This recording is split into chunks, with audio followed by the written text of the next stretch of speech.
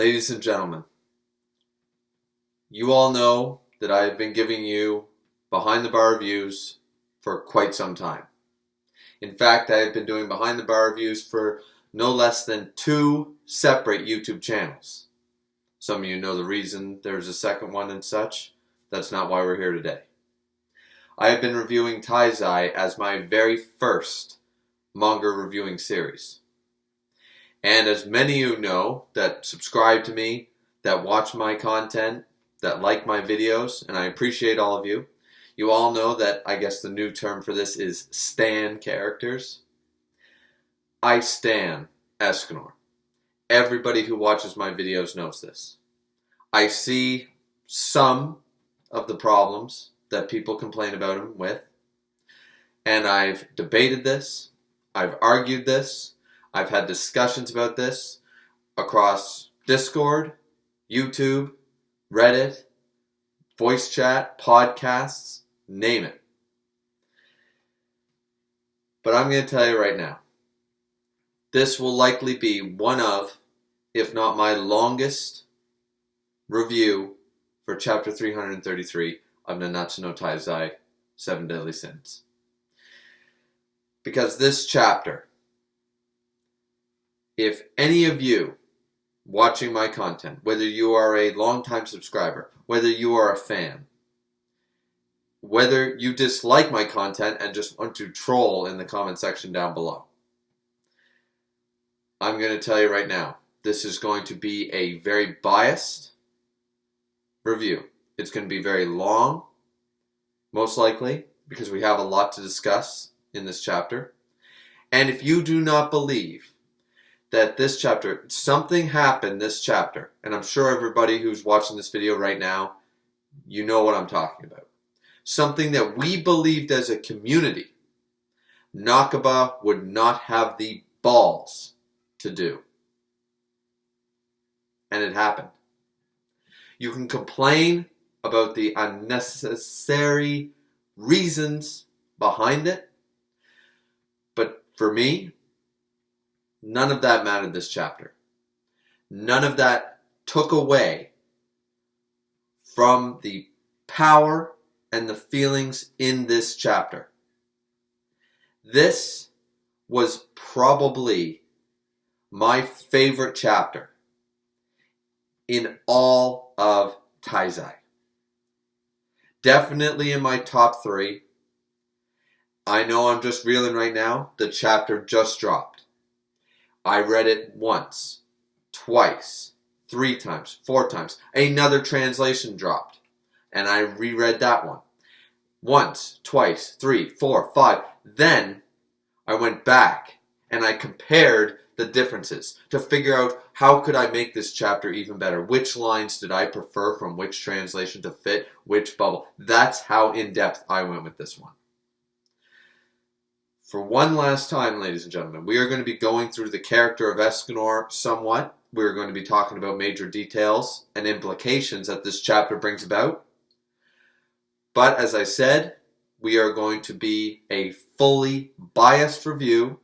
This is a 10 out of 10 chapter. And we are going to praise that motherfucking son one last time.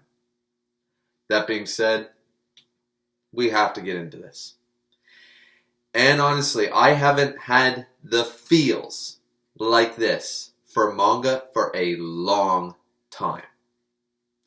I haven't actually I've gotten angry over plot devices, over bad writing, over power scaling. You guys know this. I've done this on review. I've done this on camera. But to actually be upset, to actually feel that twinge in this, I guess, somewhat cold, dead heart of mine. To feel means to be invested, and I'm not ashamed to admit that. I am upset. This chapter caught me off guard. After rereading it 10, 20, might even be 30 times, I have a bit of a lump in my throat. Continuously reading it. Now, not everyone is going to get this feeling. I understand that. people who dislike Escanor, people who aren't super invested in Taizai, or used to be. They used to love the series, and it fell off for them. It fell off for a lot of us, especially during this arc. But this proves to me two things. One, I still love Seven Deadly Sins. Regardless of all of the issues, I love Seven Deadly Sins. I couldn't feel this way if I didn't. And two, I truly love Escanor as a character. And once again, that's all this proves. Now we're going to go into the chapter.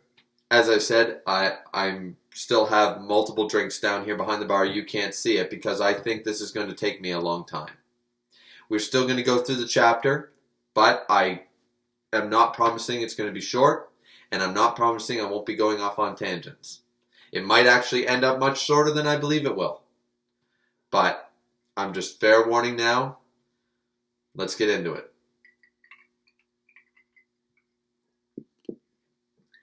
Beginning of this chapter, 333, we have Zeldris and Gelda unceremoniously in the cover page, just kind of, alright, see you later.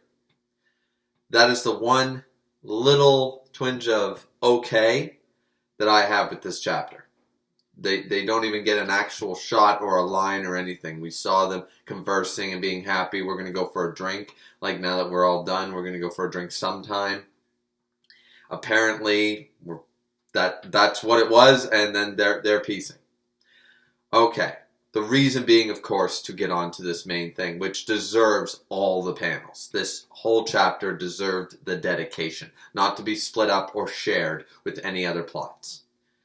I understand that. That works.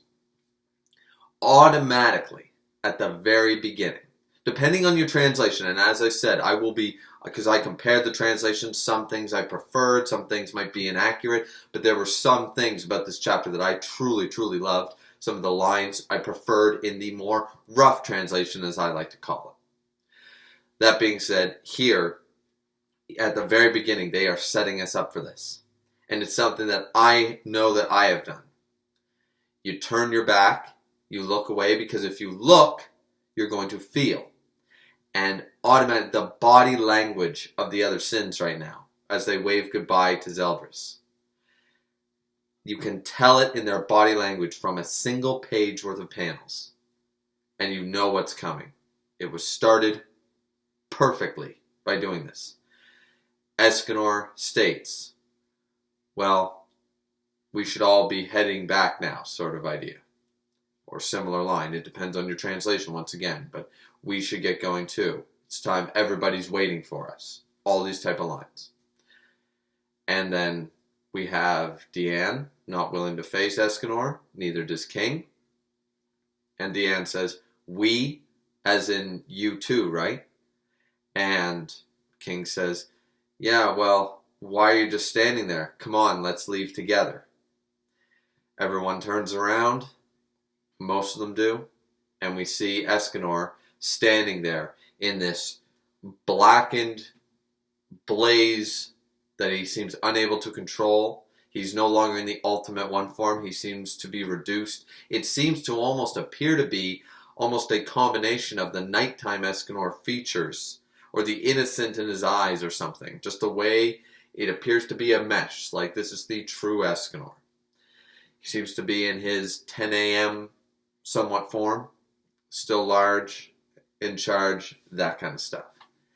And he states, I'm sorry, it doesn't seem like I'm able to move my body anymore. He says, however, I have no regrets. In this life, I feel privileged and honored to have met every one of you. And he goes through each one. And even though we only saw one or two small scenes, for example, he considers Gother a close friend and confidant for his feelings. And even though we only saw that once, we can surmise from that this happened likely on more than just one occasion. Even if you don't want to buy that, I do. So he says, Gother, you were very good at listening, to my woes and my worries and my feelings. To King and Deanne, he says, I wish you all the happiness in the world, and I'm sorry, but I don't think I'll be making your wedding. To Bon, he says, try to cut down on the booze a little bit. You drink too much. These are his final words, his final goodbye to each of these companions that he's kept. Princess Elizabeth, please give my regards to, Hendrickson, your father, and all that.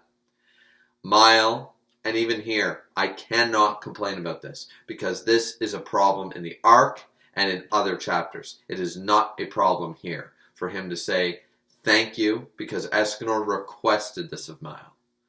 Thank you for generosity, for allowing me to fight one more time. There are different translated lines, but suffice to say, I owe you a debt of gratitude for allowing me to do this.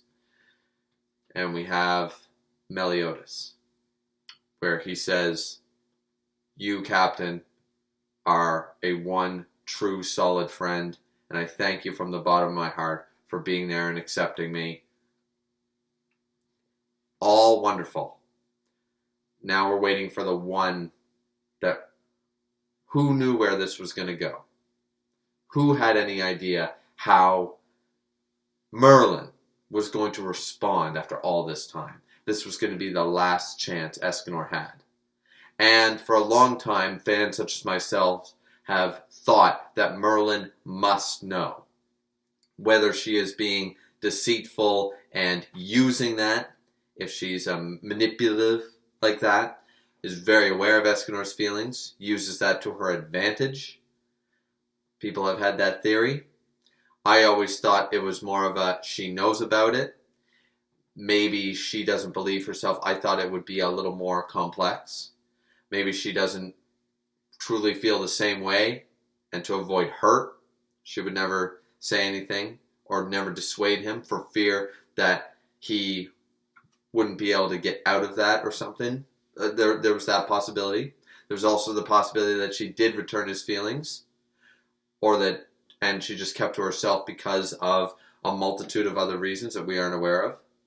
There was also the possibility that she didn't actually know about Escanor's feelings towards her. There was multiple ways we could look at this. Suffice it to say, this chapter finally brings us to this conclusion.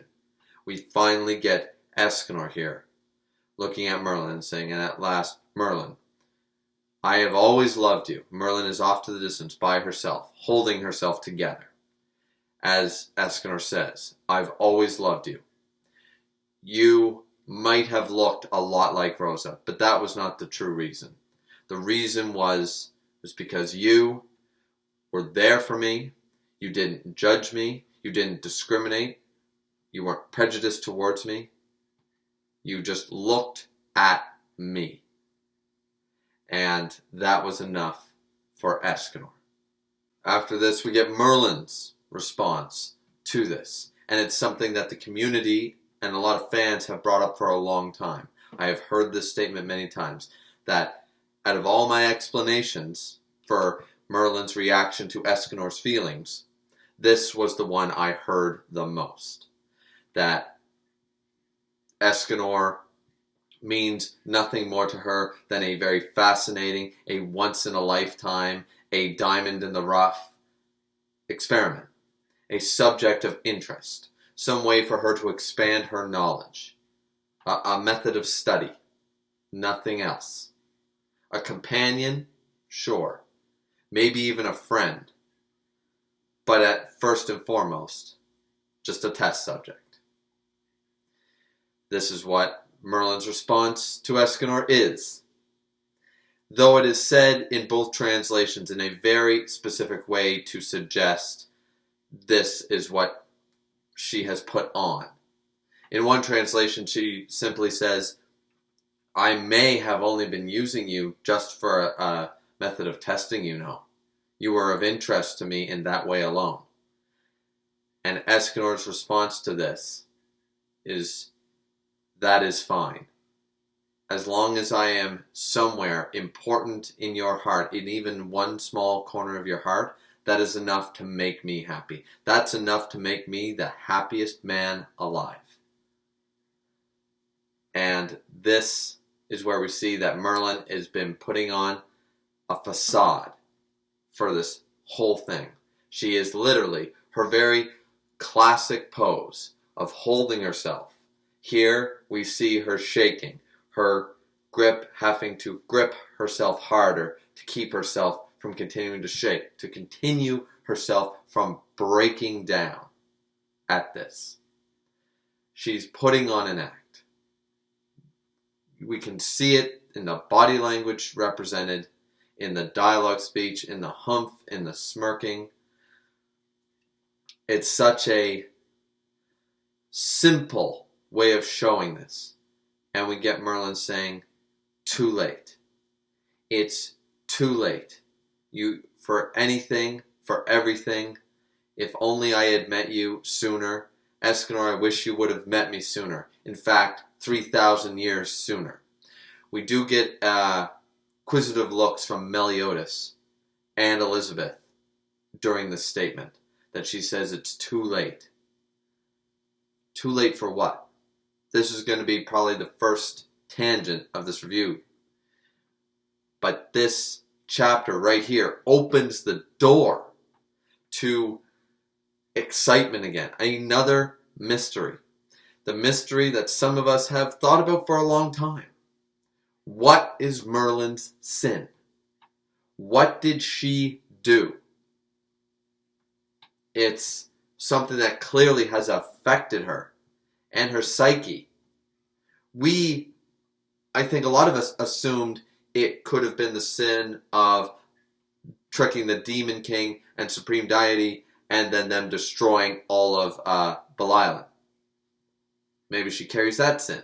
Because of her thirst for knowledge, her gluttony, it destroyed her entire village, her entire town, her city, where she was from. You could easily have said that. Doesn't seem to be the case anymore. What is Escanor too late for? Merlin internally, while so confident, appears to hate herself for what she's done. Some crime or sin that she doesn't believe. Something that she clearly hears. Meliodas and Elizabeth don't seem to actually know what she's talking about, it appears. And this gives, I don't want to use the word hope, but this gives sustenance to her character. This leads us to believe that that Nakaba has not actually forgotten Merlin's backstory, Merlin's sin. What is this sin? What is it that she wishes she had known Escanor 3,000 years prior? Is she maybe, something that occurred to me, is she maybe unable to return Escanor's feelings of love because of something similar to a commandment or a curse? Something that has actually prevented her, a piece of her soul, something she sold herself for her gluttonous knowledge. She will never be able to return affection. She will never be able to be happy. Something like that. Happiness will always, there will be a section of her empathy and sympathy. Something else, something that's made her the way she is. Perhaps it's something that she sold her of her own volition. Or something that apparently is a sin or a crime. Something she did that though she wishes she hadn't. It's possible. It's just one theory. It's not even a likely one. But it would even showcase as to why. What is this sin that Merlin committed? And why does she wish that, why is she saying that Escanor is too late? He's too late for this, for anything, for everything. How is Escanor late? What would Escanor have done 3,000 years ago? How could Escanor have saved her with this simple confession? How would loving Merlin have changed anything? The conclusion I reached is that she sold away the ability to return love, to feel true affection, or something along those lines. She, with her gluttonous need for knowledge and power, ended up paid too high a price in some way.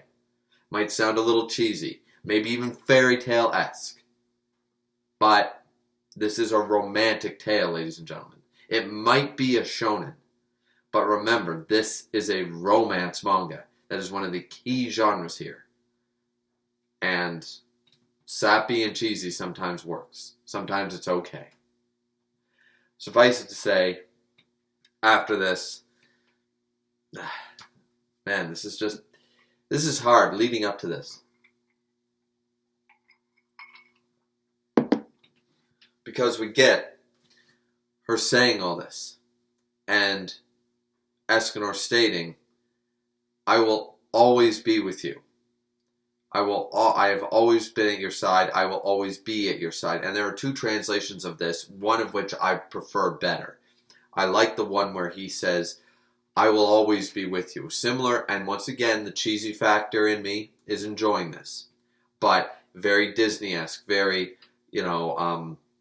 mentor-esque, very, lovers that are touched across time sort of idea. Where their destinies are intertwined. That kind of idea, right? Fate. I like this. Where he says along the lines, I will always be with you to help you shoulder the burden now. To help carry that weight of that sin that harrows at your soul. That is such a better line than one of the translations I got, which simply says, for any crimes, for all the sins that you have committed, something like that. And then Merlin shockingly asks, you knew. You knew it? You knew what it was. It makes more sense for him to refer to one sin. That he would have that because Escanor's explanation for this is, no, I don't actually know what it is. I just always had this feeling. I always just knew it. I felt it. Because you had such sad eyes from the moment I met you, and I looked in those eyes and I saw it from day one. And someone so attuned, someone truly in love with Merlin would see past this mask she has put up the entire series, almost the entirety of her life by this point. She has hidden this sin so well that we, the viewers, don't even know what it is. We have theory videos out there. We have, hypotheses and stuff about what this could be. But she has never even dropped a hint of what this sin could possibly be. Nothing ever seems to faze her. This fazed her deeply. We see it in her eyes and in her reaction that Escanor might actually know and be alright. It's just one of those things where I love that translation where he says, I will always be with you, and now, even when I'm gone, I will be here to help you shoulder and carry the weight of this sin that harrows at your soul so much. And this is just a wonderful, it's just, I can't get over how great this is.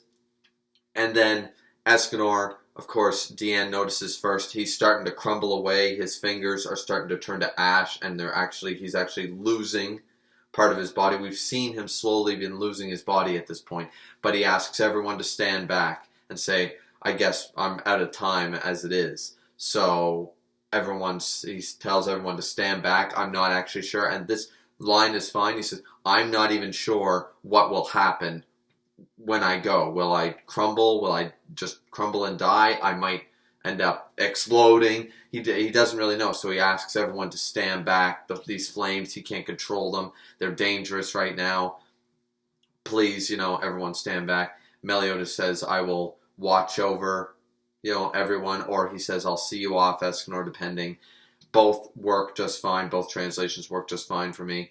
Meliodas standing there and Escanor just smiling at him. And here's where we get the major thing.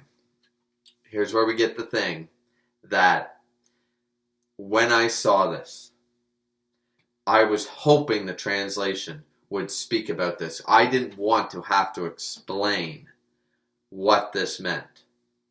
Thankfully, every translation I have read says the same thing. And it's Merlin heading towards Escanor. Escanor saying, don't, it's dangerous here, you'll get hurt, etc., etc. And everyone's shocked face. And whammo. Escanor gets a goodbye kiss from Merlin.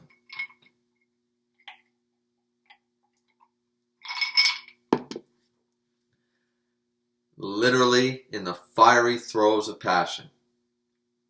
Beautifully drawn, beautifully shown, and the residual effect of it also just this double page just showcasing this one passionate goodbye kiss. I'm a big softie at heart, ladies and gentlemen. I told you this would be about the feels here. And this is about the feels. This was damn. But this part isn't even what sells it. What sells it is what comes after. Now, as I said, I thought I would have to describe what this meant. I thought that we would get a final goodbye from Merlin in some way. I didn't think she would outright say it in black and white, and I would have to spend 5, 10, 15 minutes of this review going down, reading between the lines, saying what this meant. But in both translations, one I thought was done way better because actually it's very different. After this very passionate kiss, wonderful, like what a moment. Then we have, remember, Escanor said, don't come close, it'll hurt, I'll hurt you, something like along those lines. Depending on your translation, in one, she says, after the kiss, she says, I wasn't able to reciprocate your feelings for me. So that confirms, that either leads into my theory I already talked about, that maybe it's not that she couldn't love Escanor, it's that she was unable to, in a literal sense, not so much I just don't feel the same way. It's possible. Maybe that's me being a little too head in the clouds about it. Maybe I'm shipping them too hard or something like that, and I got blinders on. It's possible. But the other translation to me makes more sense and is more romantic and more powerful, because why say that there at the end? This translation makes so much more sense, where Escanor says, don't come close, I'll hurt you, or you'll get hurt. She kisses him, and we find out why, that she literally takes burns across it, and she says, you're wrong, this doesn't hurt.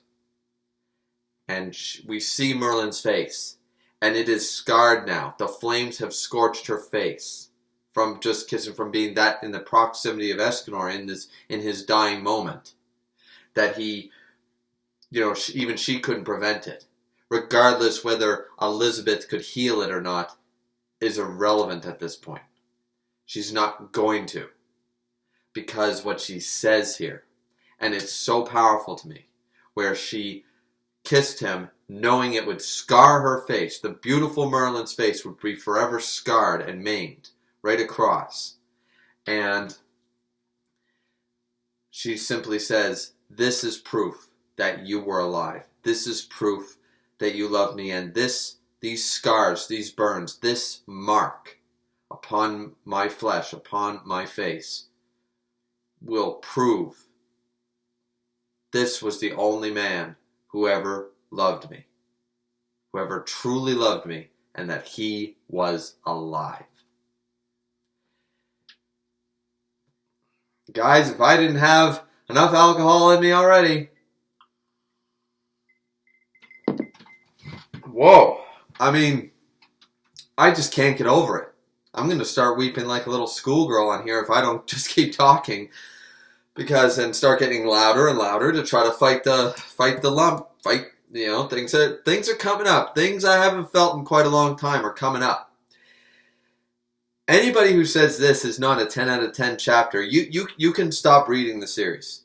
You can go away, because I don't know what you want anymore.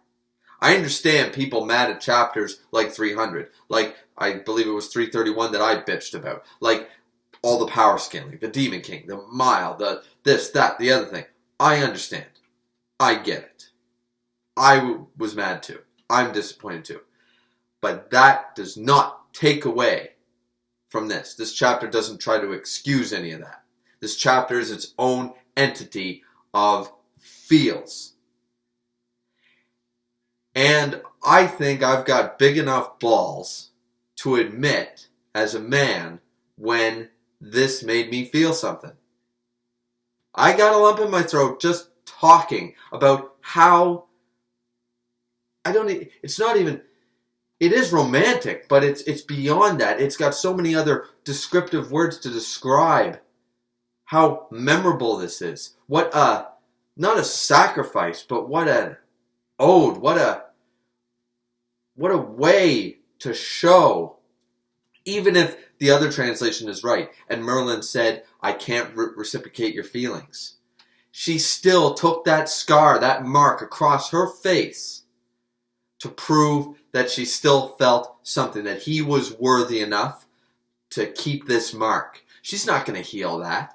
She's going to keep that. That's why I don't believe in the reciprocating feelings line, because it just, one is contradicting your other. Her actions are defeating her words in that moment. And she is being brutally honest in this moment with her actions and her words. So I like to think that that's not the case.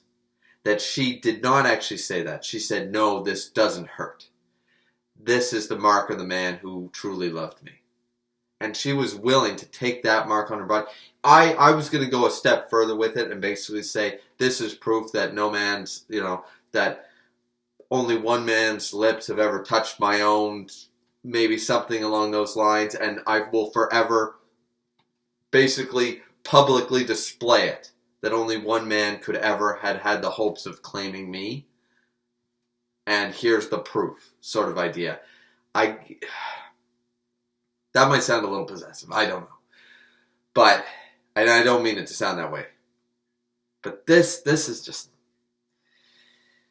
the level there, because we know, or I would find it ridiculous if Merlin, Mile, Elizabeth, somebody couldn't come up with a way to heal those burns off her face. It will be an insult if we see Merlin without these scars in the next chapter or the chapter after, or however long the series goes on. Then it will be an insult. Then you will see me brandishing pitchforks and torches and ready to just burn some shit to the ground. But for right now, ironically, because sunshine, burning, scars, burns, etc. But this is what I read manga for. This is what I watch movies for. Listen to music. Read manga, comic books, watch anime, watch TV. This is what you want. Yes, of course, we love our comedy. We love our drama. We love our action. We love our romance. But within all that, within every genre, there is that moment of feeling. I know we all have it. I know we all have a movie scene, a TV show episode, a manga chapter that the first time we read it, maybe even the 100th time after you've read it, it still gets to you right here. And I don't think that feeling for this chapter is going away anytime soon. We haven't even discussed the major thing here. Nakaba killed Escanor off. Something we didn't think would happen.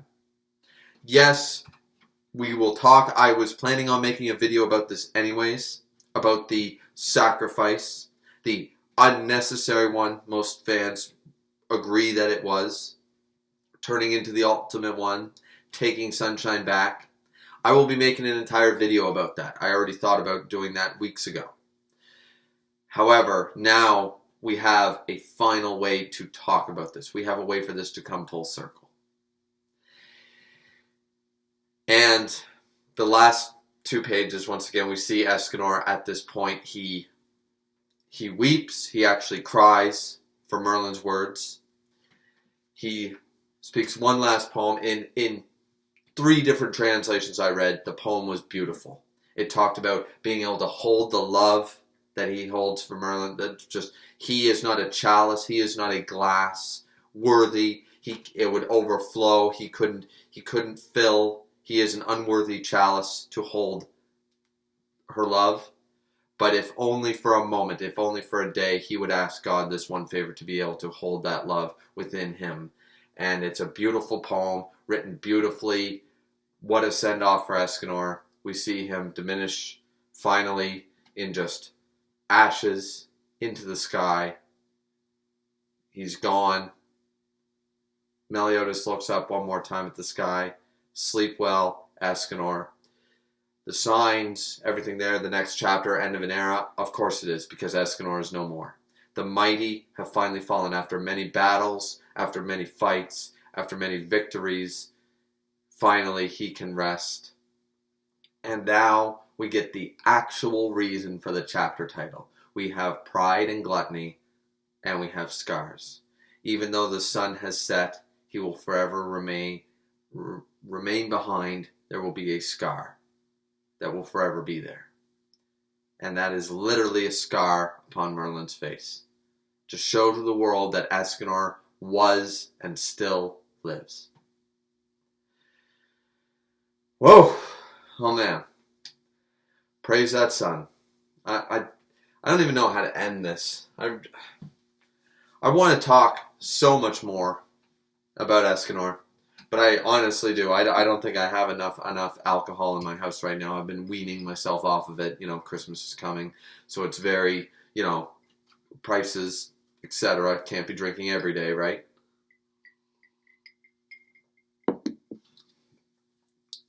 But this one. But I feel like if I keep talking, I feel like I've said all the major points. I hope I have conveyed to you guys how great this chapter is in some small way. Even if you don't like Escanor, even if you didn't like this send-off. I hope some of my feelings, some of how I feel has come through to you. And you guys can feel just a little bit of it too if you didn't before. You can feel what this chapter represents, what it means. What it means to a lot. I'm sure I'm not the only one here that got that little bit of a lump in their throat after reading the chapter. And if you didn't, read it again. And read it again. And after watching my review, take into account all that I have said. Take into account everything I have tried to explain to make this to make this for you. I really hope you do. I hope everyone believes that this chapter, even if you don't believe this is a perfect chapter, even if you don't think it's the 10 out of 10 that I do, my favorite chapter, the one chapter of Taizai that I've actually gotten emotional about, not in a negative way. Being upset is not a negative, it's a positive. It means that this series has some good characters, some great characters, some actual great writing when it counts. And it means I still love this series. As I said at the beginning, I said this just simply means two things. That I still love this series. Because I could not get this emotional about it if I didn't care about the series anymore. And you have to be passionate. You have to give a damn if that's the case. Now, that being said, not going to end it off on a sour note. I'm going to say just like, comment, and subscribe, ladies and gentlemen. My usual videos for anybody who's stuck around, who's not used to my channels and my reviews. I recommend you go watch a few other reviews, anything else that piques your interest on my channel. Most of my videos are not so somber and not so emotional. That's what I'm saying here. I knew this would be a very long review, and so if this is your first introduction to me, I am very rarely like this, but I really needed to hammer this home. This chapter was great. I don't care what rating you personally give it. To me, this is the best chapter. It's a great chapter. And it is a great send-off. Escanor died. Escanor, the sun has set and Escanor died. The thing that we thought wasn't gonna happen. Because the writing has been bad. Because the arc has been bad. Because everything led us to believe that there will be some last-minute hacks, some Game Shark code to let Escanor live. Nakaba, I think he took us for a ride here. And it was not expected. Especially this soon. I did not expect this to actually happen the way it did. And it was powerful. So as I said, that's the end of the review, ladies and gentlemen. Like, comment, and subscribe as always. Don't forget to join the Discord. The Discord link will be down in the description down below. I meant to make a few different, slideshows, some sort of ode to, praise the sun to Escanor here in this video, but this video I believe is run long enough as I thought it would. So I'll save that for another video, perhaps an Escanor discussion video, something like that later on down the line. I don't make any promises when that will be, but definitely going to happen eventually. So I guess one last time, this has been Griever, your Behind the Bar Reviews. for the best chapter in all of Taizai. Praise the sun. Raise a glass for Escanor. We'll see you later.